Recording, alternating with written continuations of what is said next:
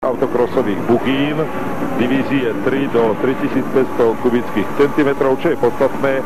V nej sme mali a máme želiesko v ohni Antona Lacka. Videli ste ho tam napravo na štartovej listine, kde súperil s takými jazdcami, ako je Peter Amann z Nemecka, Eberl, ďalší nemecký pretekár, hrdinka z Česka, Hošek z Česka a ďalší český reprezentant Daniel Landa. S Peťkou na prvej pozícii si najlepšiu pozíciu po štarte vypracoval Walter Eberl.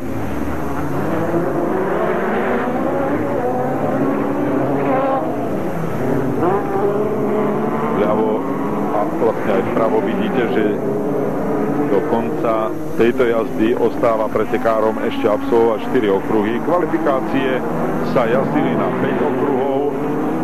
Finálové jazdy, či už B alebo A,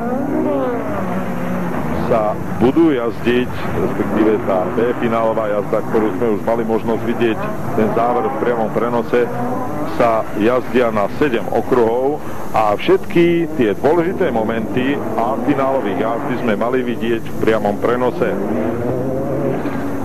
S Peťkou stále Walter Eberl z Nemecka. Tu sme mali možnosť pozorne sledovať aj Antona Lacka, ktorý sa, a to už teraz môžem povedať, dostal až do A finále tejto kubatúry spolu aj s Jozefom Sýkorom, ďalším slovenským reprezentantom. Jozef Sýkora, ktorý v tejto kvalifikácii spolu s Lackom neštartoval, tak obsadil postupne 5. a 5. miesto, teda trikrát bol 5. a toho vynieslo do finálového vyvrcholenia tu na, povedal by som, domácej pôde v Žitave. Hodno poznamenať, že v tejto jazde došli do cieľa iba 3 jazdci. Bol to víťaz Walter Eberl, Jaroslav Hošek a náš reprezentant Anton Lacko.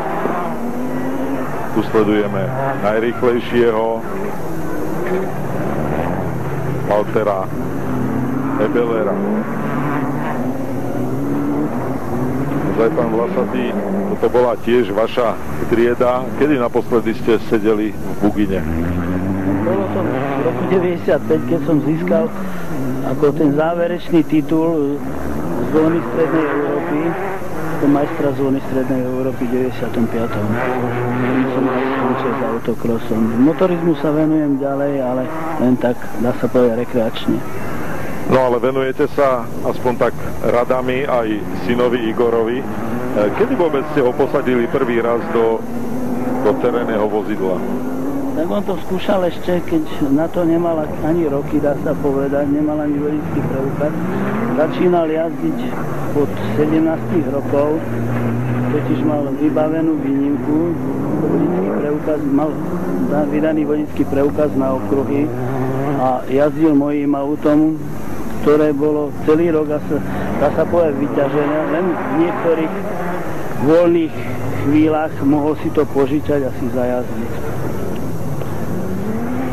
Takže tu vidíme už nulu na ukazovateli pre pretekárov. Znamená to, že inžinier Jozef Esterka odmával tým trom, ktorí dokončili túto kvalifikáciu dojazd do cieľa.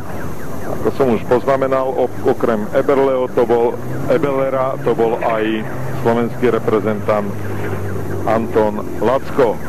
No a všetko sa už bude pripravovať na finálové